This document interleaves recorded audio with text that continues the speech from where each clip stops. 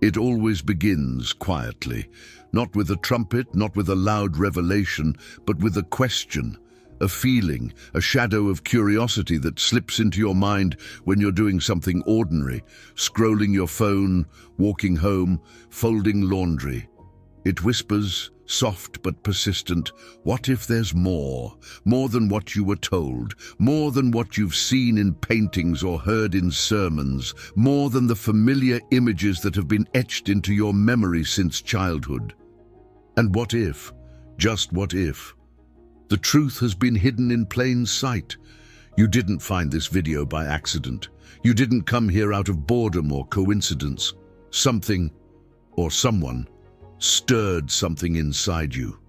Because there is a story waiting for you, a story buried in ancient earth, wrapped in parchment and silence, resting in a land that holds secrets not easily shared.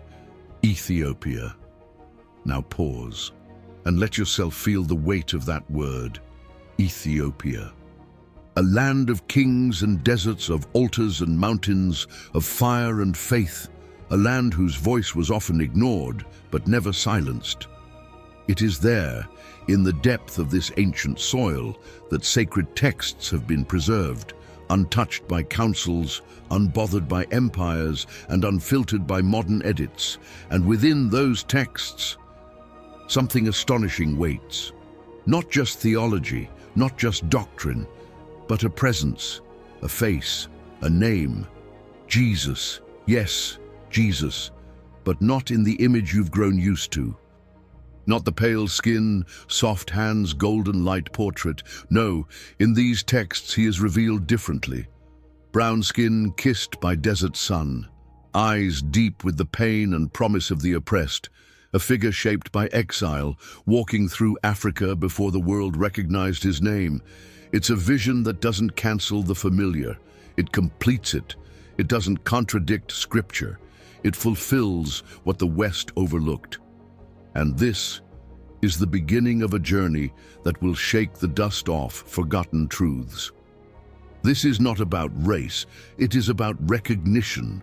Not about color, it is about clarity. Because when you see Jesus through the lens of the Ethiopian scriptures, you begin to see yourself, your story, your wounds, your worth.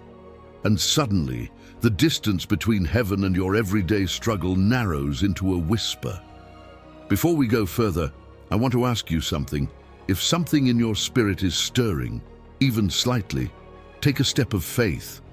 Write this in the comments, not just as a phrase, but as a declaration of trust. Even in silence, I trust God's hand. Let your voice join the sacred chorus of those who dare to believe that God is revealing something new through something ancient. In this video, we will explore 15 spiritual keys hidden within the preserved revelations of the Ethiopian Bible. Keys capable of unlocking healing in places you didn't even know were broken. Keys that shine light into spiritual questions you've been afraid to ask. Keys that don't just inform the mind, but transform the heart. These are not surface-level insights.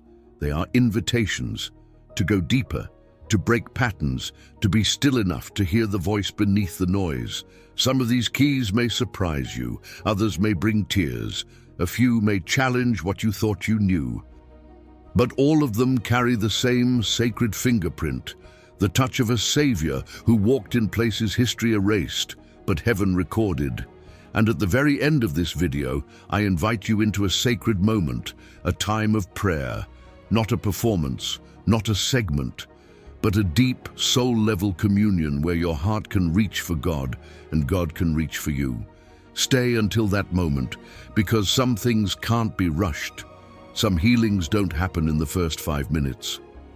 Some truths must sit with you, like oil seeping into dry places. And I'll say this now, the final spiritual key might be the one your heart has been waiting to receive for years. It carries a freedom that can't be explained, only encountered. So please, stay with me until the end. Your soul might receive exactly what it has been longing for. There are truths waiting on the other side of your attention, There are chains ready to be broken if you dare to linger in mystery. There is a Jesus, perhaps not the one you were shown, but the one you've always needed, waiting to meet you through the words that were written long ago, far from the Western world, by those who saw him through another lens. If something in you wants more than just another video, if you came here not just for information, but transformation, then I gently invite you, subscribe, stay, walk this road with us. Because this is not just a channel. This is not just content. This is a shared journey, a space where seekers meet the sacred, a refuge where questions are not silenced, but sanctified, a place where you can remember who you are, because you've seen Jesus as he really was and is. And now, I ask you this. What if the version of Jesus you've known has only been the beginning? What if God has preserved something for this moment, for you? What if the next revelation is the one that frees you? We begin with the first key. But before we open it, I leave you with this image, a dusty scroll, sealed for generations, resting in the hands of a weary traveler. They unroll it slowly, trembling, because they know what is written here can change everything. Are you ready? Then let us open the first scroll together. Let us unlock the first truth. Key 1. The journey was never silent. There's a kind of silence that isn't empty. It's ancient. It wraps around you like a desert wind, not to chill, but to stir your spirit awake. And in that silence, stories live. Not the ones written in textbooks or painted in Sunday school murals, but stories that were carried through generations in whispered prayers, secret songs, and parchments protected by dusty fingers that knew the weight of sacred things. This is where our first key begins. Picture this, a path winding through the mountains of northern Africa. The sun high, relentless and golden. A young boy walks, his feet cracked from the heat, his robe simple, his pace deliberate. He's not running. He's not lost. He is learning from the wind, the stars, the people who greet him with reverence, though they do not yet know his name. This boy is Jesus, not yet known to the world as the Messiah, not yet declared as the Christ, but already anointed. The Ethiopian texts speak of a journey most have never heard, one that took Jesus deep into the heart of Africa, not as a tourist, not as a preacher, but as a learner, a listener, a seeker. These writings do not contradict the gospel, they expand it. They suggest that before his public ministry, Jesus was shaped by roads that history forgot, but heaven never did. Roads where skin was darker, where tongues spoke in rhythms not yet documented by the West, where reverence for the divine was not new, but older than Rome itself. This key, the realization that Jesus' journey was never silent, unlocks something we all need: identity. Because so many of us walk through life wondering if God understands our roads, the ones lined with poverty, the ones shadowed by racial injustice, the ones ignored by textbooks and stained by silence. We ask, does God know what it feels like to be unseen? The Ethiopian Bible answers, yes. He walked those roads too. He was not untouched by the dust of exile. He was not spared from the burden of misunderstanding.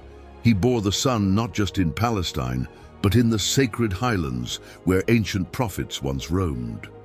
And that truth, that he knew our struggle before we spoke of it, is a balm to every soul that's ever whispered, "Lord, do you see me?" Imagine him there, walking quietly through the bustling markets of ancient Axum, hearing chants in languages passed down through oral tradition, feeling the weight of questions in the eyes of strangers and recognizing in them his purpose, not as a foreigner, but as family. Because his skin bore the same sun, his heartbeat knew the same rhythm. Now pause. Because maybe this first key isn't just about geography. Maybe it's about this. Jesus sees you fully, historically, spiritually. He knows the weight of silence. He knows what it feels like to have your story erased, your worth doubted, and he chose to walk your kind of road. Not just to reach you later with salvation, but to walk with you from the beginning, when you didn't even know he was near. There's a quiet miracle in that. You don't have to educate Jesus about your pain. He's lived it. He's walked it. And so when you cry out, "Do you understand me?" his answer isn't a speech, it's a footprint beside yours. The Ethiopian Bible, preserved in devotion by monks and mystics for thousands of years, speaks not just of theology, but of presence. It places Jesus in places others would never dare. Why? Because the Spirit wanted us to know no place is too forgotten for glory, no people too dismissed for divinity, no silence too long for God to speak again. This first key is not merely historical, it's deeply spiritual. It's a call to remember that the road you're on, even if it feels overlooked, has already been walked by the King. He didn't begin in a cathedral. He began in the wilderness, and he found wisdom where others weren't looking. So now I ask you, what if the wilderness you're in isn't punishment but preparation? What if your silence isn't abandonment but sacred ground where Jesus walks still? If this truth is beginning to echo inside you, stay here. Let it unfold. You're not here just to learn history. You're here to let God restore your identity. Not the one the world gave you, but the one hidden in the footsteps of Jesus, preserved in places you were never told to look. This is your invitation to remember who you are by remembering where he's been. And if your heart is whispering back, even softly, "I want to know this Jesus," then you're already holding the key. Let it open something in you. Let it awaken the part of you that has been waiting to be seen, to be validated not by the world, but by the one who chose to walk beside the broken and became the bridge. You were not forgotten. You are not unseen. And this journey has just begun. But now, if the first key opens the door to identity, what happens when you begin to see yourself in the image of the one who once walked dusty roads through forgotten lands? What happens when you realize he was never far? That's the next truth we'll explore. Key 2, you were always part of the story. It begins in the stillness of a question few dare to ask out loud. Was I ever really included? Not just tolerated, not simply redeemed at the end, but chosen, seen, woven into the sacred narrative from the very beginning. That question doesn't live on the surface. It rests deep in the soul, where identity, faith, and longing intertwine. And perhaps, without realizing it, this is why you're here. Because something in you aches for confirmation that you were not a last-minute thought in God's plan. The second key is not found in shouts or in doctrine. It arrives like breath through stained glass light, quiet and radiant. It tells you something few have ever told you with honesty. You were always part of the story. Not added as an afterthought, not adopted reluctantly, but formed, imagined, and set in place before time carved history into chapters. The Ethiopian Bible, ancient, rich, and reverently preserved, reveals this truth not just through verses, but through presence. In its pages, Africa is not a backdrop. It's a birthplace. It's not the mission field. It is sacred ground. This isn't revision, it's revelation. And what it reveals is this: the roots of divine history run deeper through African soil than we were ever told. Before European cathedrals echoed with hymns, African altars were already burning. Before Western councils debated divinity, Ethiopian scrolls were already carrying the breath of prophecy. The Queen of Sheba, the Tabernacle of Zion, Enoch, the Ark of the Covenant, these are not side stories. They are centerpieces. They are evidence that God's hand has always rested upon people and places that the world often overlooked. but heaven never did. Maybe this key is stirring something inside you right now. Maybe you grew up believing that holiness looked like something far from your reflection. Maybe you felt like your voice didn't match the cadence of true worship, or your skin didn't resemble the saints hung on sanctuary walls. Maybe you wondered, in secret, if God had to cross a cultural ocean to find you. But listen closely. He never had to cross anything to reach you, because you were never outside the story. You were in the margins only because others wrote you there, but in the Spirit's manuscript, your name was engraved in the center from the start. This key tells you you were not rescued from the edge of grace. You were born beneath its light. In Acts 8, a passage the Western Church often passes over quickly, a man from Ethiopia appears, a royal servant, a seeker. He's reading Isaiah when Philip is led by the Spirit to approach his chariot. This man was not lost. He was reading the scriptures. He was already reaching for the truth. He wasn't waiting to be civilized. He was already in communion. And after encountering the living word, he asks one of the most powerful questions ever recorded in Scripture. What prevents me from being baptized? And the answer, spoken and unspoken, is nothing. Nothing prevents you from entering the water. Nothing disqualifies you from carrying the flame. Nothing silences your voice in the great unfolding of redemption. This was not a token story. It was a declaration that the Spirit of God does not follow human hierarchies. He moves wherever the hunger is. And in that moment, the gospel raced into Africa not as a mission, but as a homecoming. Let that settle in your heart. Because maybe the ache you've carried wasn't for a new religion, but for a return to the truth. That you've belonged to God longer than history has acknowledged. That your worship is not borrowed. That your heritage is not second-hand. That your spiritual hunger is not foreign, it's foundational. So I ask you again, have you felt excluded, erased, or misplaced in God's narrative? Then let this be the day you reclaim your place. Not through man's permission, but through the Spirit's confirmation. If your heart is beating faster, if your spirit is waking up, write these words in the comments as a declaration of return. I was never outside of his story. Let that sentence be your song, your stance, your truth. Because you weren't a shadow.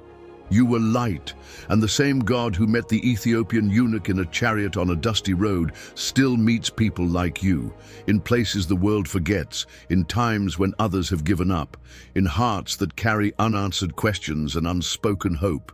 So take this key, and let it unlock the doors others closed in God's name. Let it throw open the windows they sealed shut with fear. Let it remind you, you are not what they said. You are not who they dismissed. You are not too late. You were written into the scrolls of heaven before you ever took your first breath. You were formed in the memory of God, and you were never forgotten. But now, if the second key restores your place in the story, the third key will stir something deeper still, a truth not about where you came from, but what you carry. Because being part of the story means carrying the flame forward. And the next key is this. What if the fire was never lost, only waiting? We'll explore that together in the next part. Key 3. The fire was never lost, only waiting. Sometimes you can feel it before you can name it, that strange warmth in your chest when a truth long buried begins to stir. It's like a breath being remembered, a whisper returning after generations of silence, and maybe, just maybe, you've been feeling it too. A flicker, a pulse. Something ancient calling you from deep within, like a drumbeat echoing through your bones. You don't know where it started, but you know it's real. And here, with this third key, we find its name, the fire. The fire was never lost. It didn't go out. It didn't vanish from the earth. It was waiting in sacred places, in forgotten people, in languages dismissed as lesser, in scrolls tucked away in the hands of the faithful. The flame of divine presence, that holy light which guided prophets, empowered kings, and hovered above tabernacles, didn't disappear. It simply chose quieter places to dwell. Let that truth pierce the fog of spiritual confusion. Because maybe you were taught that the fire only burned in cathedrals, that the Spirit only moved where the stained glass glowed and the robes shimmered. Maybe they told you the gospel arrived with ships, that before colonization there was no revelation. But what if that story wasn't true? The Ethiopian Bible tells a different tale. It speaks of a people who didn't wait to be evangelized because they were already worshiping, already praying, already reading scriptures, already honoring the God of heaven in temples carved into stone. Ethiopia's Christianity isn't young. It's older than most nations. The fire of God has been burning there for centuries, not as a guest, but as a native flame. And in those flames, Jesus was known. Before he was painted, before he was edited, before his story was repackaged to fit Western ideals, he was worshipped as he was, holy, mysterious, radiant, and yes, brown-skinned, like the people who lifted their hands toward the sky and called him Savior. This key reminds you that the presence of God was never confined to a continent or a culture. His Spirit flows wherever he is welcomed, and sometimes the places most overlooked by men were the places most treasured by God. Maybe you come from a background where the fire felt far away, where religion was routine but power was absent, where sermons were frequent but encounters were rare. You kept waiting for the fire to fall, and all you got was smoke. But what if the fire wasn't missing? What if it's been waiting for you to notice where it's always been? The fire lives in ancient prayers whispered in native tongues. It lives in spiritual songs sung by grandmothers with cracked voices and trembling faith. It lives in sacred gatherings beneath trees with no microphones, no spotlight, only a circle of souls and the whisper of wind. And maybe, most of all, it lives in you. Maybe you've carried the fire all along but mistook it for something else. A restlessness, a calling, a pain you couldn't explain. Maybe that ache in your chest was never emptiness. It was a flame pressing against the walls of your soul, asking to be recognized again. Let this be the moment you say, I carry the fire of God. Write it, whisper it, believe it, because when you declare it, something awakens, not just in you, but in others who've been waiting for someone to speak what their hearts have silently known. There's a passage in the book of Enoch, a text preserved in the Ethiopian canon that speaks of the watchers, the angels, the heavens touching earth. For years the church denied it, but Ethiopia remembered. Ethiopia guarded the fire while the rest of the world argued over theology. Ethiopia said, "This is sacred, this is ours." And now the fire that flickered in those hidden places is spreading. You can feel it, can't you? Not the fire that burns with anger, but the fire that warms and reveals, the fire that melts away shame, the fire that clears the fog, the fire that says you are holy ground. So what do you do when you realize the fire never left? You tend it, you honor it. You protect it from the winds of distraction, from the downpour of lies that say you are unworthy or uninvited. You open your hands and say, "Lord, let the fire in me burn again." And you walk with reverence into the truth that your faith is not new. It is ancient, it is rooted, it is alive.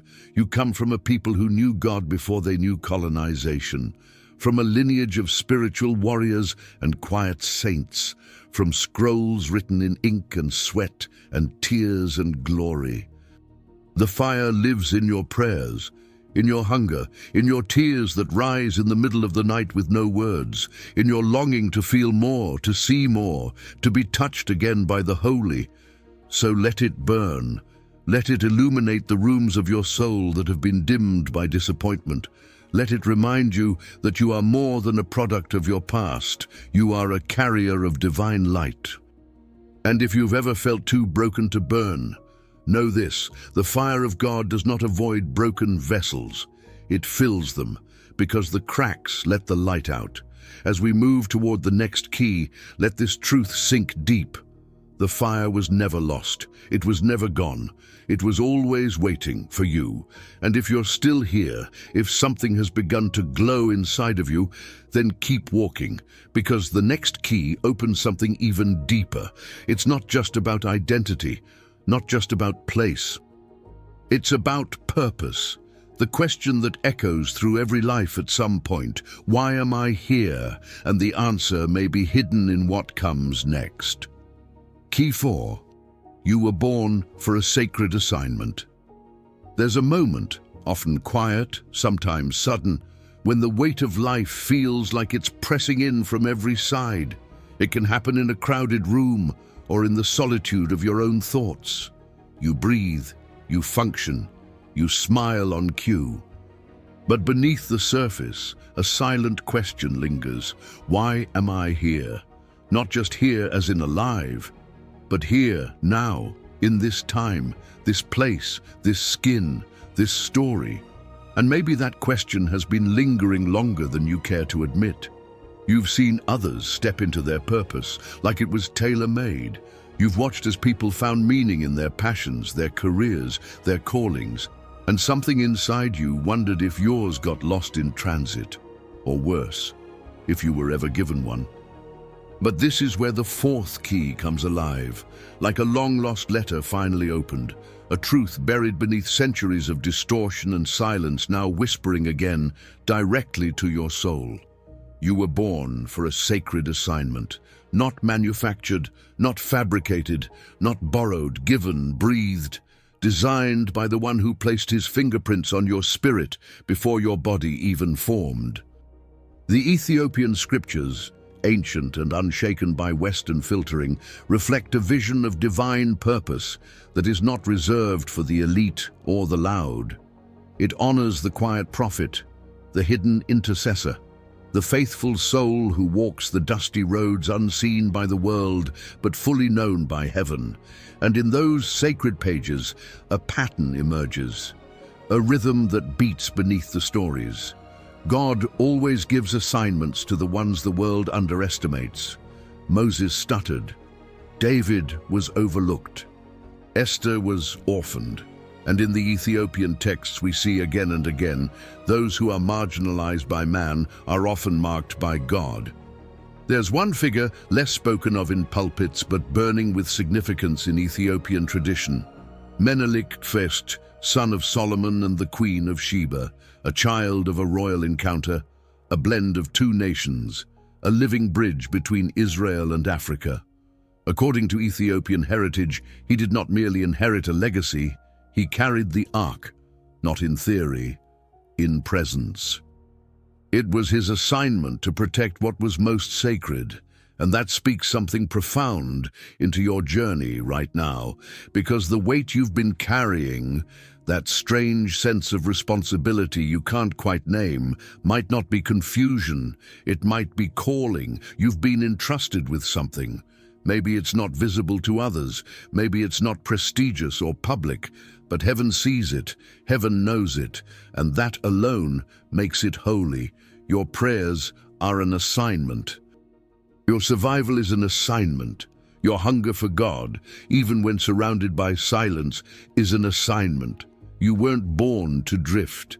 You were born to carry glory in your generation. And yes, the assignment feels heavy sometimes, especially when you don't feel qualified, especially when the image of Jesus you were given looks nothing like you and speaks none of your language. But the Ethiopian Bible reminds us Jesus speaks your language. He walked your roads. And he calls you not by your shame, but by your destiny. Maybe you thought your past disqualified you, but what if it actually shaped you for your purpose?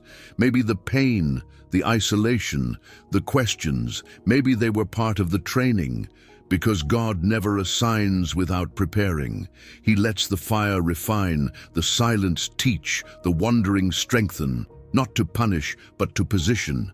And now, today, This very moment could be the moment of activation, not by might, not by force, but by a quiet agreement between your soul and your Creator. Yes, Lord, I receive my assignment. Say it with your spirit. And if you're ready to anchor that in the atmosphere, write it in the comments. I receive my assignment. Let heaven see your faith rise. Let angels take note.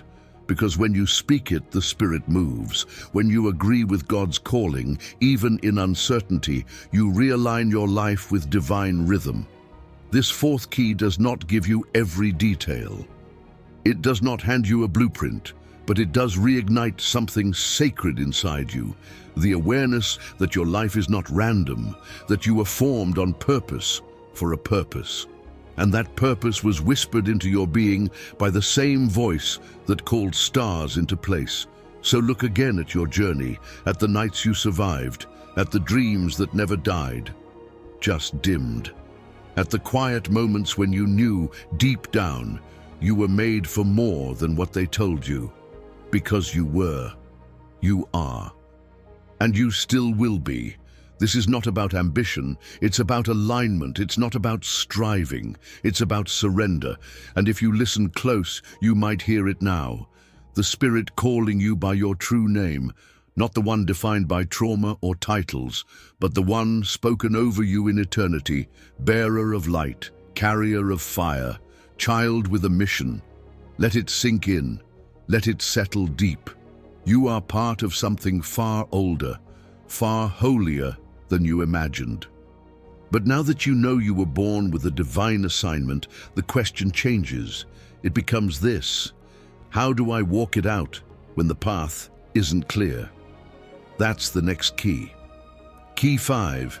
Clarity comes through obedience, not always through understanding. There's a kind of ache that doesn't cry loudly. It doesn't make a scene. It just lives in the silence between prayers, in the space between what you believe and what you can't see. That ache is called waiting. And often in the waiting, another whisper begins to rise. If I just knew what to do, if I could just see what's ahead, then maybe I'd have peace. But here is the mystery, the fifth key that gently yet firmly unlocks a deeper truth. Clarity doesn't always come before obedience. It comes because of it, and perhaps that's where you've been stuck. Not because you lack faith, not because you don't love God, but because you were taught that you needed answers before you could move. That understanding was the requirement when, in fact, throughout the pages of both the Holy Scriptures and the preserved Ethiopian texts, we see again and again that movement precedes revelation. Abraham left without a map. Moses stretched out his hand before the waters parted. Mary said yes to an angel without knowing the weight of motherhood. And Jesus, yes, Jesus, walked into wilderness before he ever stood in a temple. He obeyed before anyone applauded. And he did so not as a detached divinity, but as a man who felt hunger, who bore questions, who carried the tension between what he knew in his spirit and what he could see with his eyes. The Ethiopian Bible paints Jesus not just as Redeemer, but as walker, one who took slow, deliberate steps through places filled with uncertainty, through silence, through danger, through exile. But he kept moving. Why? Because he wasn't walking for understanding. He was walking in obedience to a voice that cannot lie. Maybe you've been paralyzed by waiting for a sign. Maybe you've held back your yes, hoping that clarity would make obedience easier. But here's what heaven whispers today. Clarity often waits on the other side of your step. It's not in the dream alone. It's in the movement. It's in the quiet yes whispered through fear. It's in the step you take when no one is watching. It's in the choice to forgive when your heart still hurts. It's in the moment you love again after betrayal. It's in the risk to trust, not because you see, but because you believe, because you've heard the whisper, "This is the way, walk in it." You see, obedience isn't blind. Obedience is brave.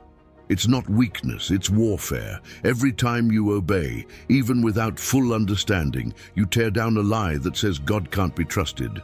And every time you hesitate, waiting for control, something in your spirit stays bound.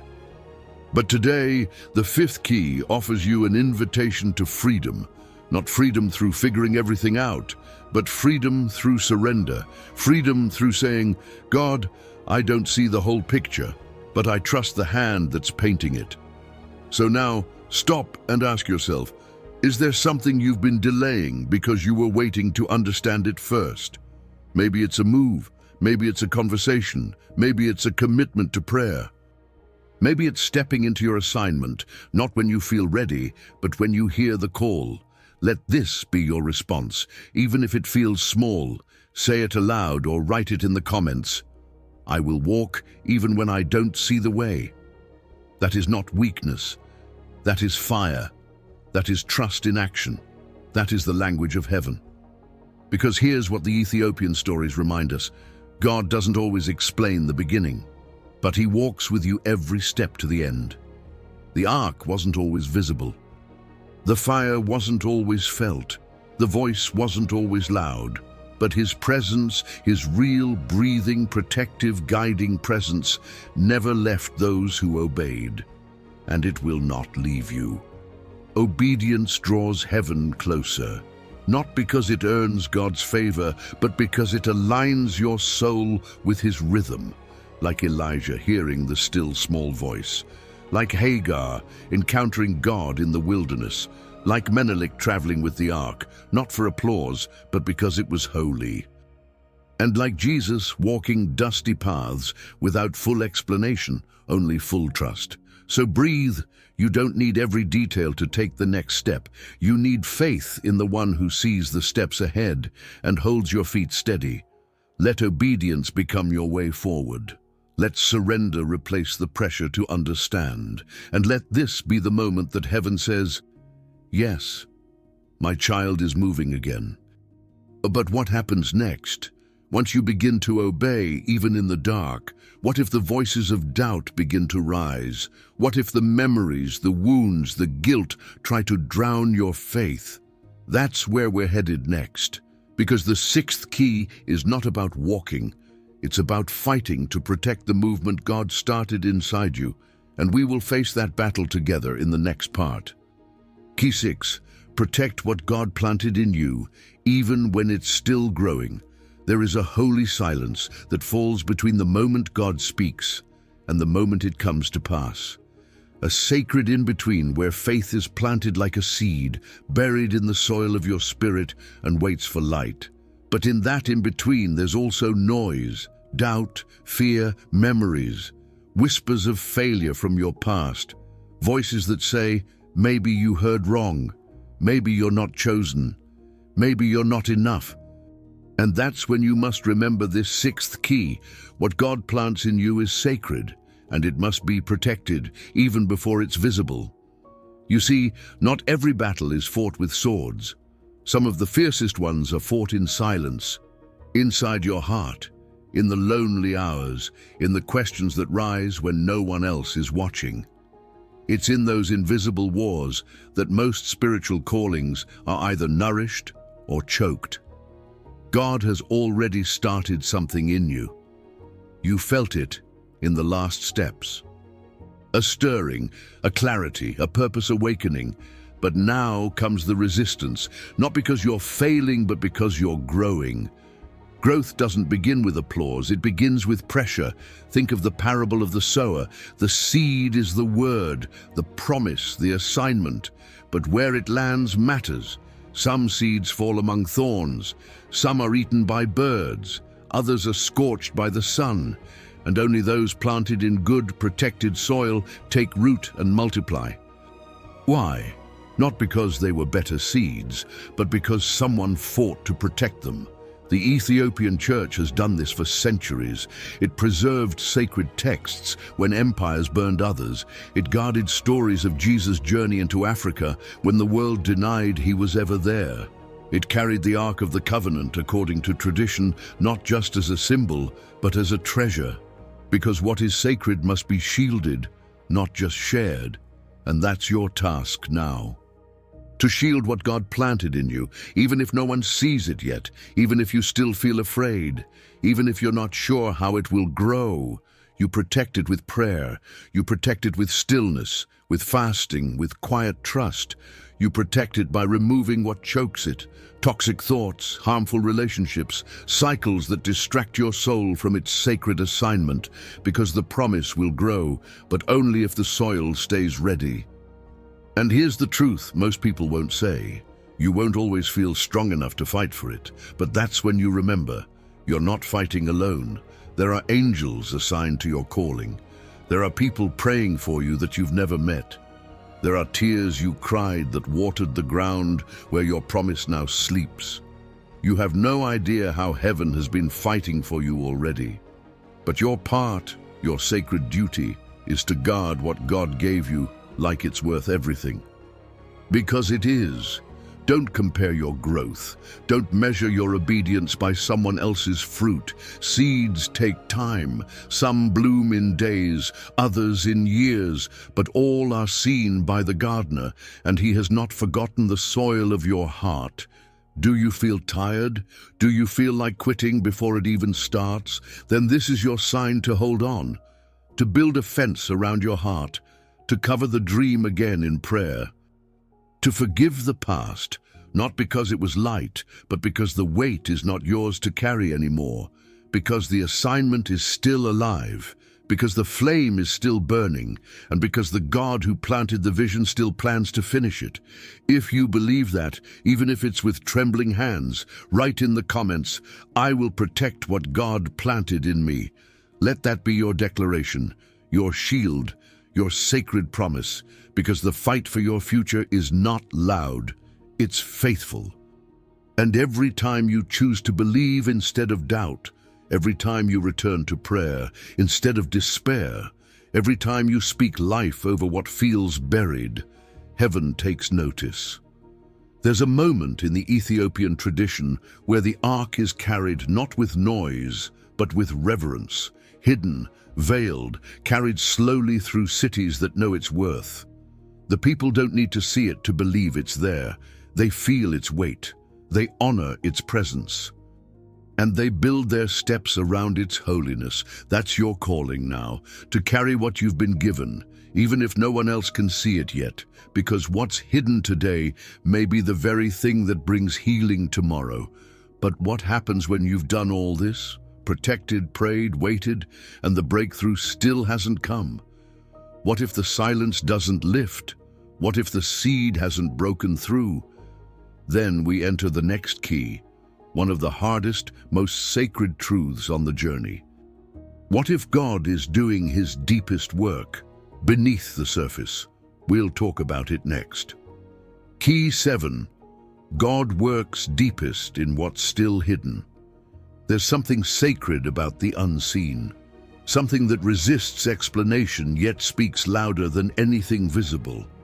You wake up some days and wonder if you're making progress at all, if your prayers are reaching anywhere, if your obedience is shifting anything, if the fire still burns beneath the ashes of delay. You look at your life and all you see is soil, just dirt, just silence, but heaven sees something different. Because what you call stillness, God often calls sacred depth. This 7th key whispers the truth your soul has needed to hear.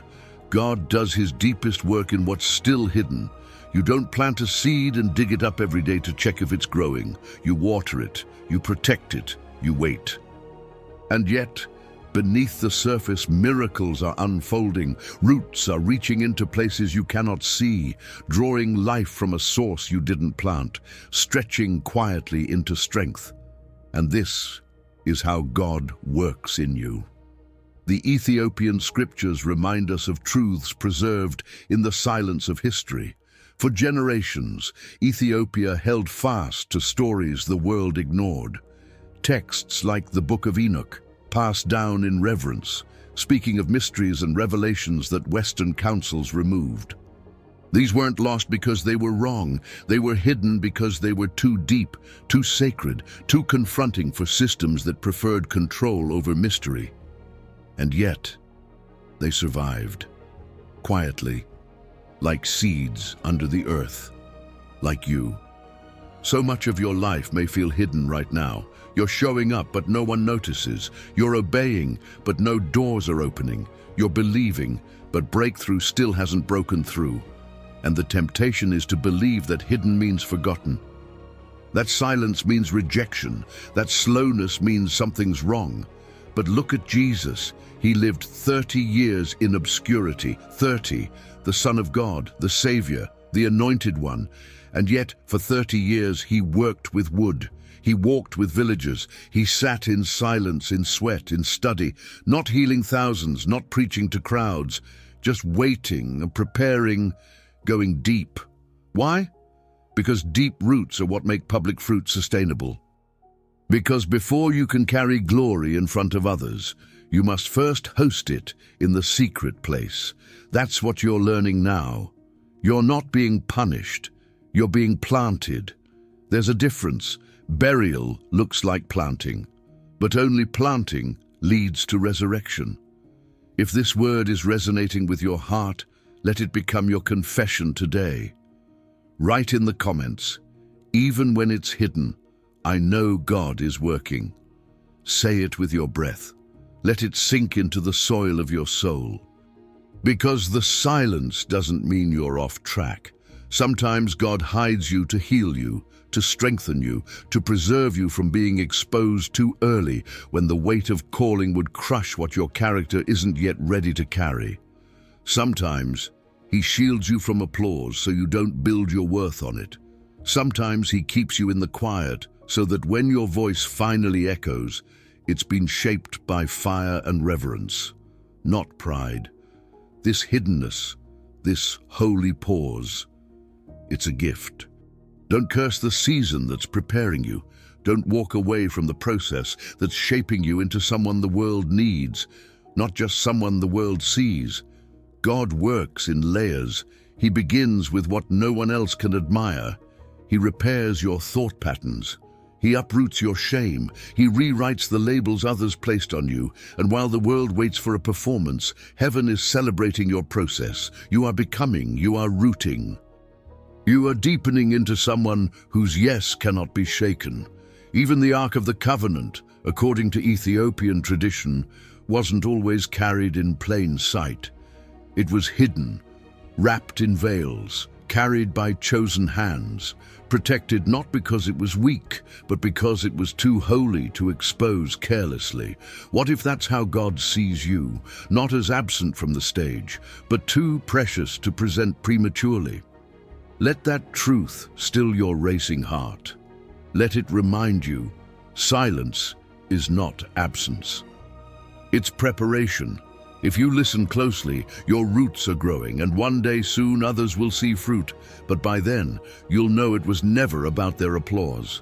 It was always about the depth. And just when you begin to embrace the silence, a new sound comes, not of fame, but of calling. Because the next key doesn't pull you out of the hidden place. It calls you to rise from within it, with a sound the enemy fears, your voice. Because silence isn't your prison, it's your cocoon. And the next part is where we find the courage to speak again, not as who you were, but as who you've become. Key 8. Your voice is a weapon, even when it trembles. There's a moment in every spiritual journey when silence becomes unbearable, not the silence of God, but the silence of your own soul. The moment when you realize that staying quiet isn't peace anymore, it's captivity. The thoughts, the promises, the revelations stirring inside you were never meant to stay hidden. But something, fear, shame, memory, has kept your voice locked away. And so today, this 8th key rises like fire in the bones. Your voice is a weapon, even when it trembles. Your words, born from hidden places, shaped by pain, refined in silence, are not weak. They are sacred. They carry weight. And more importantly, they carry authority when surrendered to the Spirit. In many cultures, including the one that preserved the Ethiopian scriptures, the spoken word was not casual. It was covenant, it was power. When something was declared, it was believed to have created a shift. And you, beloved one, have that same authority. Not because of eloquence, but because of obedience. Maybe your voice has been buried beneath years of silence, silenced by trauma, by gaslighting, by systems that told you that your story didn't matter, that your version of faith wasn't valid. Maybe someone told you Jesus didn't speak your language, didn't see your culture, didn't walk your skin. But the Ethiopian scriptures disagree. They hold space for voices the West erased. They honor names the world never pronounced. And they show us a Jesus who walked among the silenced and listened. He walked among villagers who weren't quoted by scholars. He healed people who had no platform, no following, no voice in the religious system. He sat with the bleeding woman who couldn't speak in public. He defended the woman caught in adultery who could only speak with her eyes. He wept at Lazarus's tomb, not just because his friend died, but because Mary and Martha's voices moved him. He hears your voice too, even when it's broken, even when it's just a whisper, even when it's only a cry in the dark. And today, he's not just hearing your voice, he's calling it forward. Because when you speak what the enemy tried to silence, you shift the atmosphere. Your testimony is not just a memory, it's a weapon. Your prayer is not just habit, it's warfare. Your worship is not just melody, it's fire. In the book of Enoch, preserved in the Ethiopian tradition, there's a powerful description of the righteous crying out to God, not with perfect speech, but with raw longing. Their cries rise like incense, their voices pierce the heavens. And God responds, not to polished theology, but to the ache of the soul. That's what he's responding to in you now. So speak. Say the words you were afraid to say. Speak life over your home. Speak healing over your memories. Speak freedom over your future. Even if your voice shakes, speak anyway, because every time you declare truth, you break agreement with the lie. Every time you pray out loud, you establish kingdom ground where fear once ruled. Every time you testify, even just to yourself, you remind the darkness that you survived. And more than survived, you're becoming a mouthpiece for heaven. You were never meant to just listen. You were never meant to just consume.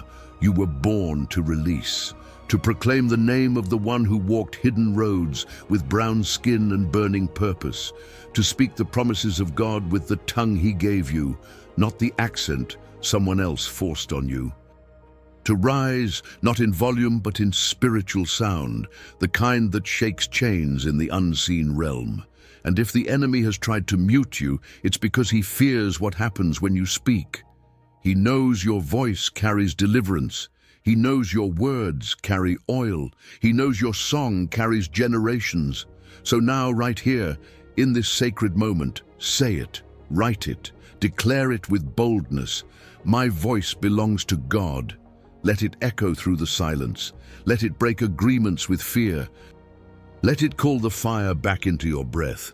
Because once your voice is surrendered to the Spirit, it's no longer just a sound. It's a sword. And soon you'll see walls fall that wouldn't move before. Not because you shouted, but because you spoke in faith. And the heavens heard you. Now take a breath. You've reclaimed something sacred. But what happens when your voice begins to carry weight and the pressure rises? When speaking truth costs you friends? When faith sets you apart instead of bringing applause? When obedience starts to feel lonely? That's when you need the next key, because the fire you carry needs one more thing to survive: community. But not just any community. The kind that sees you, covers you, walks with you when the crowd walks away. We'll talk about that in the next part. Key 9. You were never meant to carry the fire alone. There comes a moment, maybe after a powerful revelation, maybe after a quiet surrender, when the soul whispers, "Can I really keep going?" Not because you've lost faith, but because carrying the weight of spiritual awakening can feel isolating. You see more, you feel deeper, You hunger for truth in a world satisfied with shadows. And slowly, invisibly, a question forms. If I'm this awake, why do I feel so alone? And here, the ninth key rises like a gentle but unshakable truth. You were never meant to carry the fire alone. From the beginning, God designed the fire to be shared, not diluted, not outsourced, but carried together, because no one flame burns forever by itself. It needs wind, it needs covering, it needs other flames to rise beside it when the night feels cold and long. And so do you. Look back through the ancient paths. In the Ethiopian tradition, the ark was never carried by one man. It was lifted on the shoulders of a priesthood, a chosen group who walked in step, not rushing, not striving, but moving in sacred unity. They guarded what was holy with both strength and reverence, and they did it together. Even Jesus, the very Son of God, didn't walk alone. He chose 12. He called them not for prestige, but for presence. He needed witnesses to the miracles. He needed voices to echo the truth after he ascended. He needed brothers to weep with, to eat with, to walk dusty miles beside. And you, child of the same Spirit, are no different. The hunger in your heart, it wasn't meant to isolate you. It was meant to guide you toward your people, your tribe in the Spirit, those who will pray when your voice breaks, those who will guard your promise when your hands are tired, those who don't just tolerate your calling but honor it. So if you've been walking alone, if your journey with God has become a private wilderness, if you've been aching for someone to say, I see the fire in you, and I'll walk with you, this is your moment of realignment.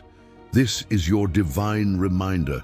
You were made for spiritual community, not a crowd, not just followers or likes or comments, but communion, a circle where testimonies are shared like bread, where silence is understood, not feared, where truth is spoken in love, not performance, where the fire in you is matched by the fire in someone else, and together it becomes a blaze the enemy can't extinguish.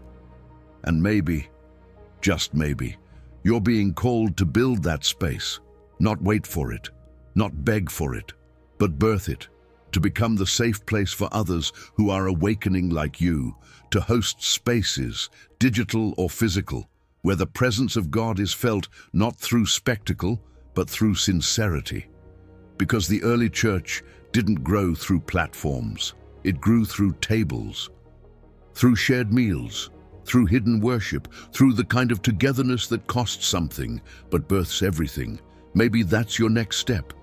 Not another conference, not another post, but a conversation, a text that says, I was thinking of you, want to pray together. A voice note that carries fire, a gathering that starts with just 2 or 3 and changes the atmosphere. If something inside you knows this is for you, say it aloud or write it in the comments. I'm not meant to carry this fire alone. Because you're not. You never were. The flame you carry is beautiful, but it's not complete without others. When Moses grew weary, Aaron and Hur held up his arms. When Elijah ran, he thought he was alone, until God revealed there were thousands who had not bowed. When Jesus sent his disciples, he never sent them one by one, because heaven moves in agreement. And something happens when your fire joins with another's. Healing quickens, hope deepens, and hell trembles. Because the enemy knows an isolated believer is a vulnerable one. But a believer in communion is unstoppable. Let this be your call to return, not just to prayer, but to people, not just to revelation, but to relationship. Seek those who speak your language, find the ones who make room for your anointing, and become that for someone else. You don't need a microphone to minister. Sometimes the most powerful ministry is your quiet yes beside someone else's battle. But as we step into the next key, we'll face a deeper truth. What do you do when even your community doesn't understand your calling? What happens when your fire offends those still walking in shadows? What if your growth makes others uncomfortable? That's where boldness must rise. And that's what we'll uncover in the next part. Key 10. Not everyone will understand your calling, but heaven does. There's a kind of loneliness that doesn't come from being alone. It comes from being different, from seeing what others don't see yet, from feeling the weight of something holy inside of you, while those around you treat it like something common. And if you've been walking this journey, if the revelations, the hunger, the dreams, the fire inside you have begun to deepen, you've likely felt this ache. Why don't they understand? Why does it feel like I'm growing away from the people I love? And this is where the 10th key enters like a balm to the soul. Not everyone will understand your calling, but heaven does. And that is enough. In every generation, there are people who awaken early, people who see what others ignore, who hunger for more than what religion offers, who break cycles, who ask questions others are afraid to say out loud, not because they're rebellious, but because they're responsive, sensitive to the spirit, moved by whispers others dismiss as noise, and because of that they are often misunderstood. You may be one of them, and if so, I want to speak to the ache in you, the ache of not being heard, of being told you're too deep, too intense, too serious, of being shamed for asking about the Ethiopian Bible, for seeing Jesus in ways others weren't taught to see him, of being called rebellious just for wanting to know the truth. You're not too much. You're not mistaken. You are responding to a frequency heaven has always been sending, and the people who can't hear it, they're not your enemy. They're simply not tuned in yet. Even Jesus, the most perfect, sinless, loving human who ever lived, was misunderstood at every turn. His family questioned him, the religious leaders accused him, even his disciples didn't fully grasp what he carried until after the resurrection. So if the Son of God was misunderstood in his obedience, what makes us think we won't be? This calling, this awakening inside you, isn't always meant to be explained. It's meant to be embodied, lived quietly, burned deeply, and revealed over time, not with arguments, but with fruit. People may not understand your silence now, but they'll see your peace later. They may mock your pursuit today, but they'll witness your transformation tomorrow. And by then, it won't matter who believed you in the beginning. Because heaven believed you from the start, you don't need to defend your fire. You just need to stay faithful to it. Let God speak for you through time. Let the fruit of your obedience become your answer. And when the loneliness creeps in, when you feel the gap widening between you and others, don't despair. Because in that gap, God draws closer. He fills the space others leave empty, and he reminds you, you are seen, you are known, you are exactly where you need to be. Let that truth settle into the parts of you that have grown weary. Let it become your covering, and if you feel that this word has pierced your spirit, write it in the comments. Heaven understands my calling, because it does. More than your mentors, more than your friends, more than your critics, heaven knows the full weight of what you're carrying, and it rejoices in your yes.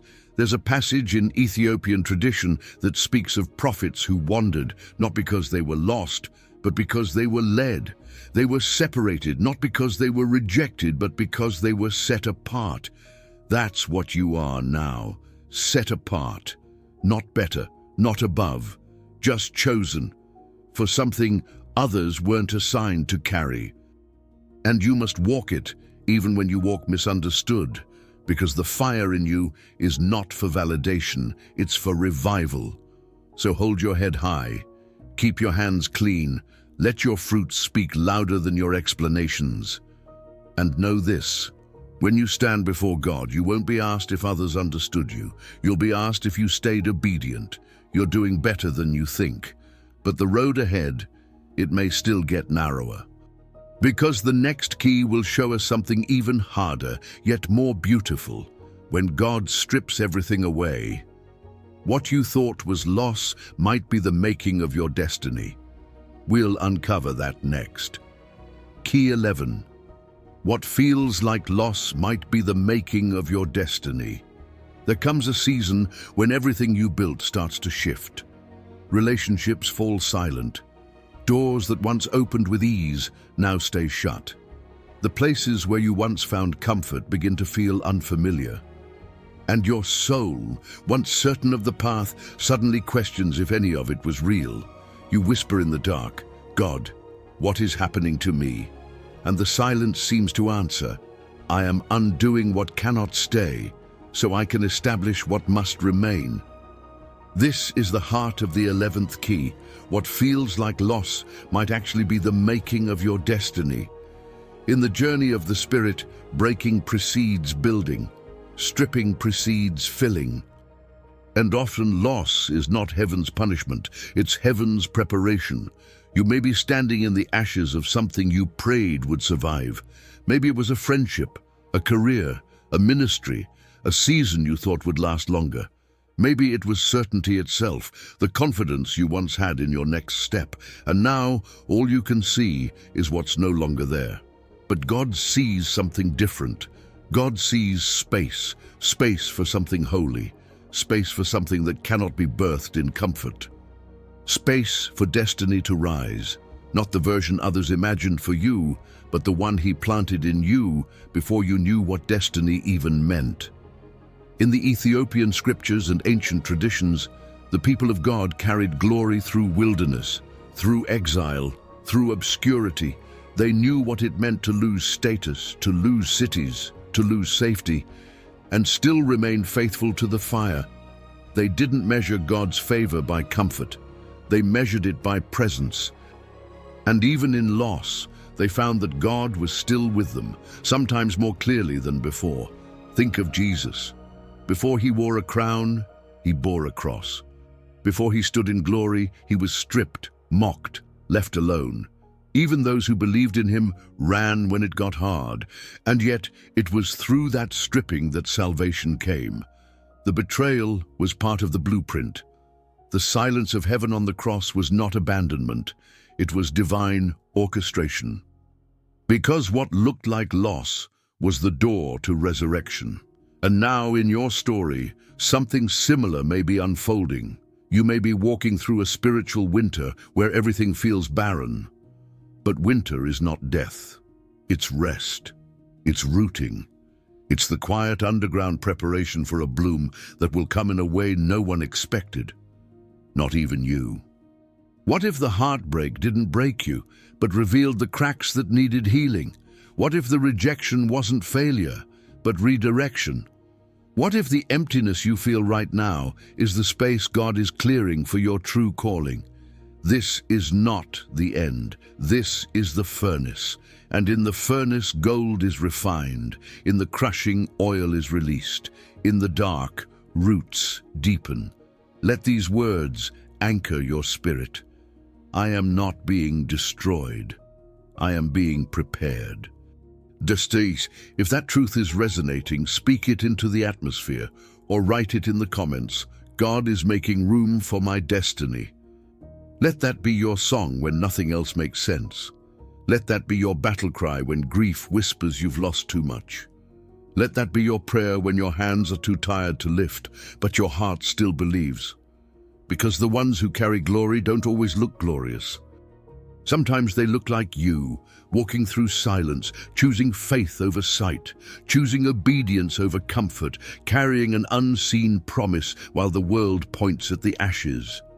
But heaven sees the fire. Heaven sees the yes you haven't stopped giving. Heaven knows that what is breaking now might just be the very thing that clears the path for everything God promised. The question is not, why is this happening? The question is, what is God building beneath what I thought was breaking? And if you can hold on just a little longer, if you can choose to believe that this ache has a purpose, then your destiny is being written even in your tears.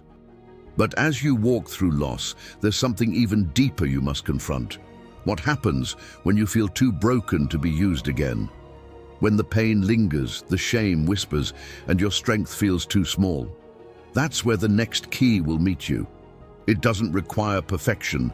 It only asks for this: bring your brokenness. God will breathe on it. We'll step into that truth together in the next part. E12, bring your brokenness. God will breathe on it.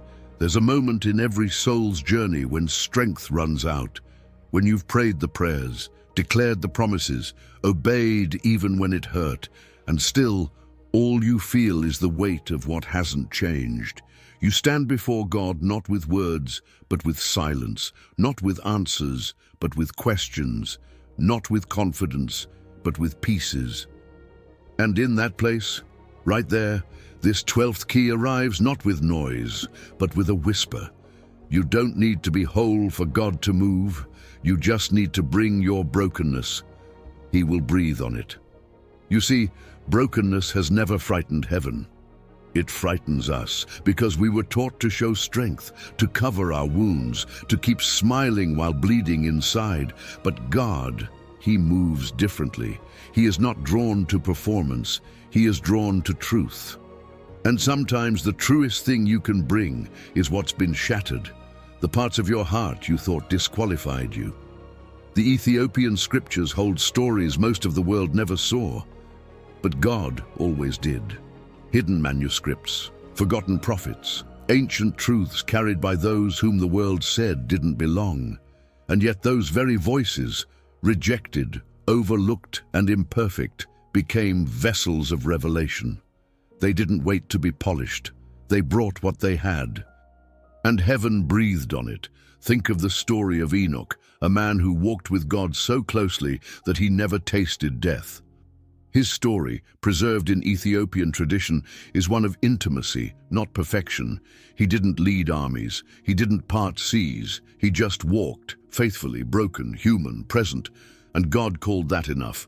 You too are enough. Not in your strength, but in your surrender. Maybe no one told you this before, so let me tell you now.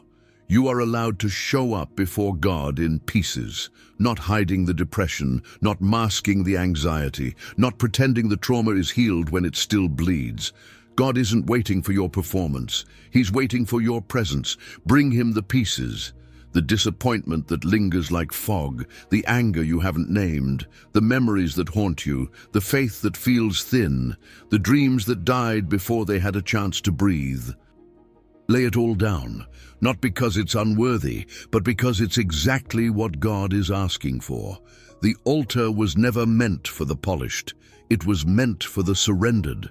And something sacred happens when you place your brokenness on holy ground. Heaven breathes, and what was fractured begins to burn again, not with your old strength, but with new fire, resurrection fire, healing fire, fire that doesn't ignore what happened, but uses it to awaken what's next. Even Jesus, the perfect Son of God, allowed Himself to be broken. His body pierced, His spirit crushed. And what did He do with that brokenness? He offered it. He said, "This is my body broken for you." And in that moment, what looked like defeat became the doorway to eternity. So why do you think your brokenness can't be used? God doesn't need your perfection. He needs your permission to enter the pain, your invitation to redeem what you can't repair. Your yes, even when it's whispered through tears. If this is touching something deep inside you, something you haven't dared to voice, I want you to write in the comments with faith and courage. God, here are my pieces. Breathe on them. Let heaven witness your honesty. Let the Spirit meet your vulnerability, because the truth is, your brokenness is not the end. It's the beginning. It's the soil where new things grow. It's the raw material of miracles. And if you'll stop hiding it, God will start healing it. Let go of the shame. Let go of the pressure. Let go of the need to explain. You don't have to have the words. The tears speak. The silence speaks, the ache speaks, and the Spirit listens. This is the part of the journey where you come undone, not to be destroyed, but to be rebuilt. He is not asking you to climb to Him. He is bending low to meet you in the dust, and in that dust, he breathes. And in that breath, something holy awakens. The question now is not, can God use my brokenness? The question is, will I offer it to him, even now? Because the next key is not about wounds, it's about restoration. It's about what happens after the breaking, when the hands of the potter begin to shape you again, not as you were, but as something even stronger. That's where we're going next. Key 13, restoration doesn't return you to who you were. It reveals who you truly are. When things fall apart, our first instinct is to go backward, to rebuild what was, to search for the familiar version of ourselves that existed before the pain, before the silence, before the breaking.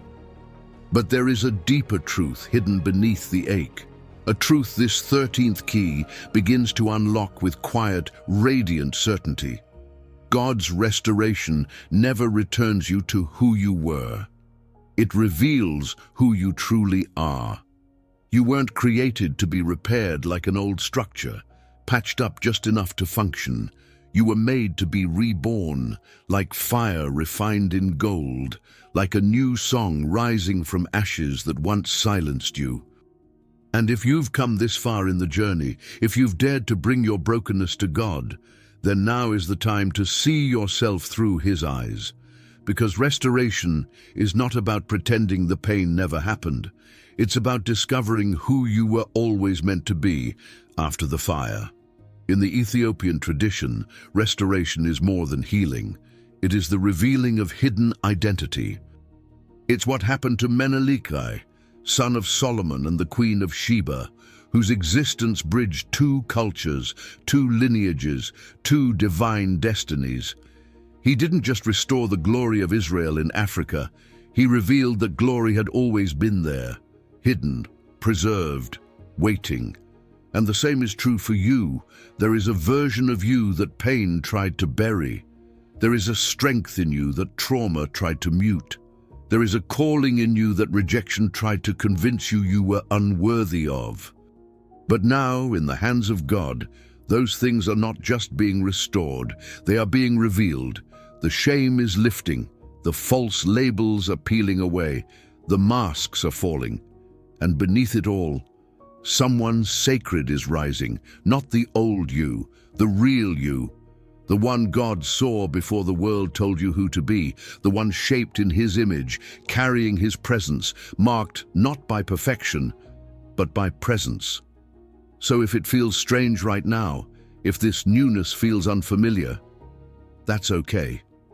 Because becoming who you truly are will always feel different from pretending to be who you thought you had to be. Restoration may not look like what you expected.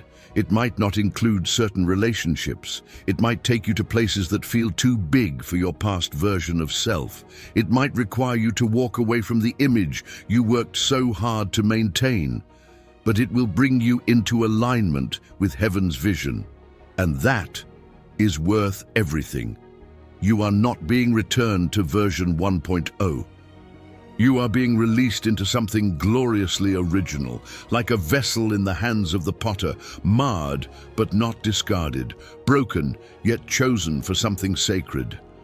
And when he rebuilds you, he doesn't erase the cracks, he anoints them. Because the places where you were broken are now the very places where his glory shines through. Let that truth find its way deep into you. You don't have to go back. You don't have to re-become the person who was surviving. You are now the one who has been seen, broken, breathed on, and restored. And if your spirit feels this, if you know this part of the journey is yours, write in the comments with a heart full of faith, I am not who I was. I am who he says I am. Let that be your anthem. Let it silence the lies of the past. Let it welcome the newness of now. You are being reintroduced to yourself, to the you that walks in truth, not shame, in joy, not fear, in clarity, not confusion. And as you rise, others will begin to see it too. Not the details, not the resume, not the story, but the presence on your life. the stillness in your voice, the fire in your eyes, the light in your words. And they may ask, "What happened to you?" And you'll simply say, "He restored me, not to my past, but to my purpose." Because restoration is never about going back. It's about stepping forward, finally free. But freedom carries responsibility. Because once you know who you are, you can no longer live as who you're not. The next key is not about restoration. It's about walking in your new identity, even when the world tries to pull you back into the old one. Are you ready? Key 14. Your new identity must be protected from old traps. There's a sacred tension that comes after restoration. You've seen God move. You've felt the fire return. You've dared to believe again, speak again, walk again. You're not who you were, and yet the world around you often still sees the old version of you, the one who used to hide, the one who used to shrink, the one who used to break under the pressure. And slowly, almost invisibly, the old traps begin to whisper, "Come back, be smaller, be safe, be who you used to be." And this is where the 14th key must rise like a shield around your heart. Your new identity must be protected, not just from others, but from old patterns that once kept you bound.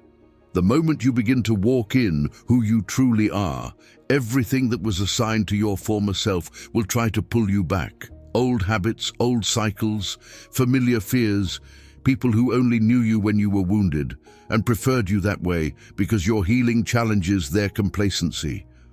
Don't be surprised. This is not evidence that you're failing. This is evidence that you're advancing. When Jesus returned to Nazareth after stepping into his anointing, they didn't celebrate. They questioned. "Isn't this Joseph's son?" they asked, unable to reconcile the carpenter's boy with the Christ standing before them. The same thing will happen to you. Not everyone will recognize your growth. Not everyone will honor your new authority. Some will try to remind you of who you were, not because they're evil, but because your freedom confronts their fear. This is why you must be intentional now, about your atmosphere, about your thoughts, about your responses, not out of pride, but out of protection. Because your identity is not just a revelation, it's a responsibility. It's the flame you carry now, and flames must be guarded. Think of the priests in the Ethiopian tradition. They carried the ark, they burned incense, they protected sacred things not just with reverence, but with routine, with discipline, with boundaries, not because God needed their help, but because they needed to stay ready. You too must stay ready. You are no longer a wanderer. You are no longer the version of yourself who begged for crumbs of validation. You are a carrier of revelation now, and revelation without protection becomes prey for distraction. So guard it. Guard your thoughts, because the old lies will try to disguise themselves as logic.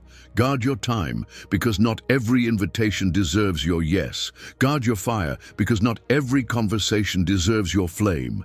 And most of all, guard your name, not the one on your documents, the one God whispered over you in the secret place, anointed, chosen, redeemed, whole. If this speaks to something you're facing, a temptation to go backward, a pressure to fit in where you no longer belong, declare this truth right now in the comments. I refuse to shrink back. I will walk in who I am. Because the old traps will lose their power the moment you stop negotiating with them. You are not obligated to explain your healing. You don't owe anyone access to your process. You can bless them and move forward. You can forgive and not return. You can love and still walk alone if necessary, because this part of the journey requires focus. Jesus did not stay in Nazareth. He didn't beg to be understood. He moved on, because the assignment was greater than the approval. So is yours. You are stepping into something that can't be carried by the old version of you. The habits that helped you survive will not help you soar.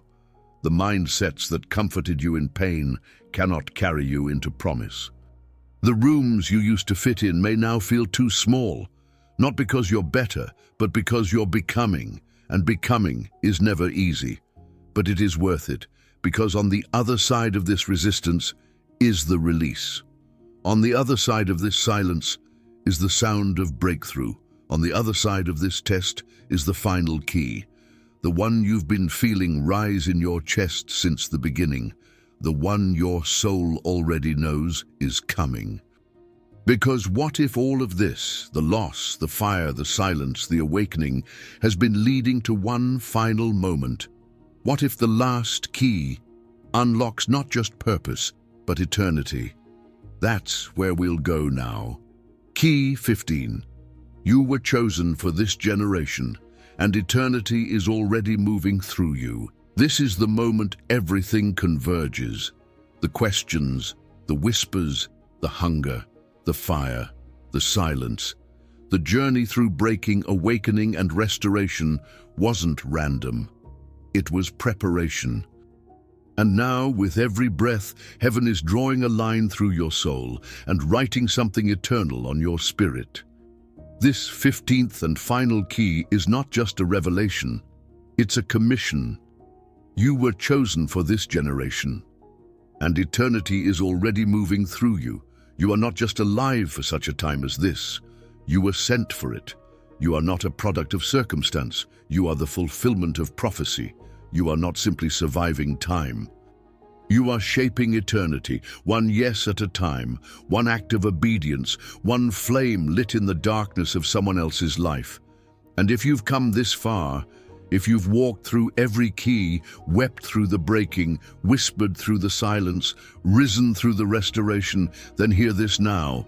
You are no longer waiting to become, you already are. The Ethiopian Bible speaks to a legacy beyond what was ever shown in Western halls of power. A lineage of worshippers, prophets, protectors, and flame carriers who dared to say yes to God when no one else understood. They preserved what others dismissed. They carried glory through centuries of silence. And now that flame is in you. You are not beginning something, you are continuing something holy. A movement, a lineage, a sound that began before you breathed and will echo long after you're gone. And as eternity moves through you, it's not waiting for perfection. It's not asking you to be ready, it's simply asking you to say yes. Yes to being a light in your family, yes to praying when no one claps, yes to speaking truth even when your voice trembles, yes to worshiping when the room is quiet, yes to carrying the name of Jesus not in noise but in fire, yes to being misunderstood if it means being aligned with heaven, yes to losing the crowd if it means keeping your crown, yes to being a remnant, yes to being marked, yes to being set apart. Agree to becoming who you were always born to be. And now, you don't need another sign. You don't need to wait for someone to validate you. God has already spoken, heaven has already confirmed, and the Spirit has already stirred. You are no longer watching this from the outside. You are stepping into the center of the calling.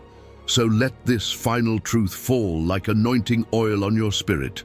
You were chosen, you were prepared, you are ready. And eternity is now moving through your yes. If that's your cry, your confirmation, write it in the comments with boldness and surrender. I was born for this. Say it like a weapon. Say it like a promise. Say it like a prophecy, because it is. And now, we end where all holy things do, not in silence, but in surrender. So close your eyes for a moment. Breathe in the weight of this journey, and let's pray. Final prayer, narrated softly.